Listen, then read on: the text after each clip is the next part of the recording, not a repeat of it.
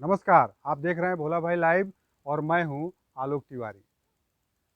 मैं आज बिहार पंचायत चुनाव के बारे में आपसे बात करने जा रहा हूं और बिहार पंचायत चुनाव में जिस तरह से नियमों की धज्जियां उड़ रही है, जिस तरह से चुनावी आचार संहिता की धज्जियां उड़ रही है, उसके बारे में मैं आपसे बात करने जा रहा हूं।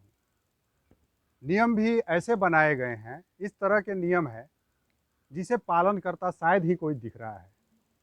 अगर कोई पालन कर भी रहा है तो वह चुनाव में केवल उन नियमों का पालन करने की वजह से पिछड़ता हुआ भी दिख रहा है।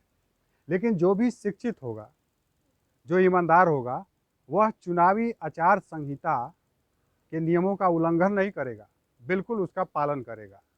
क्योंकि जो गाइडलाइंस होती है वही लोकतंत्र के लिए सबसे ज़्यादा अच्छी बात होती है कि आप एक नियम के तहत काम करते हैं। हालांकि नियमों में या फिर जो नियम बनाए जाते हैं उनमें कुछ कमियां भी हो सकती हैं, क्योंकि जो लोग भी नियम बनाने वाले होते हैं वह भी हमारे आपके तरह ही कुछ लोग होते हैं। अपने दिमाग से हो सकता है कि बहुत से लोग मिलकर भी कुछ सही नियम नहीं बना पाए, लेकिन जो भी नियम बन जाते हैं उसका पालन करना कहीं ना कहीं हम नागरिकों की, जो राष्ट्र के प्रति समर्पित हैं, उनकी जिम्मेदारी भी होती है, जवाबदेही भी होती है। हालांकि नियम बिल्कुल वैसे ही बनाए जाने चाहिए जिसका कोई पालन करे, पालन करता दिखे, जो लोगों के लिए पालन करना आसान हो, उसी तरह के नियम बनाए जाने चाहिए। मैं भी यही चाहता हूँ। लेकिन फिर भी जिस तरह के नियम बनाए गए हैं इसमें कुछ कमियां दिखती है।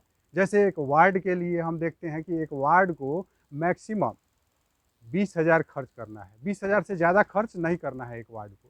वहीं मुखिया के लिए आप देखिए, जिसके अंतर्गत लगभग एवरेज देखें तो 14 वार्ड आते हैं और उसे 40,000 से ज़्यादा खर्च नहीं करना है।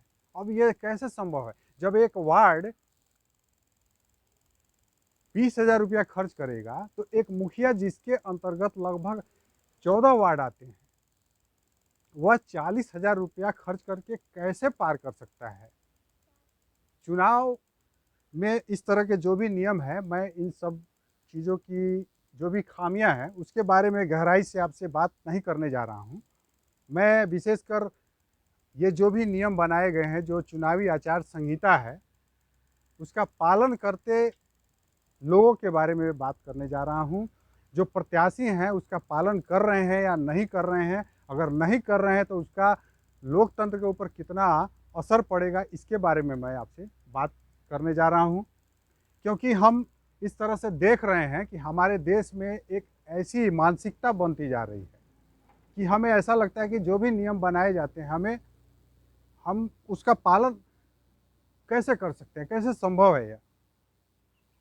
तो नियम जो भी बना दिए गए हैं उसका पालन करते अगर लोग दिखे तभी तो पता चलता है कि वे कितने शिक्षित हैं या ईमानदार हैं, या आगे चलकर लोकतंत्र की मजबूती के लिए कितना काम कर सकते हैं। अगर चुनाव में कोई ज़्यादा खर्च कर रहा है, जो एक अधिकतम राशि जो निर्धारित की गई है, अगर उससे ज़्यादा खर्च कर रहा है तो क्या फिर उसके लिए वह प्रयास नहीं करेगा कि उसे कैसे निकाले?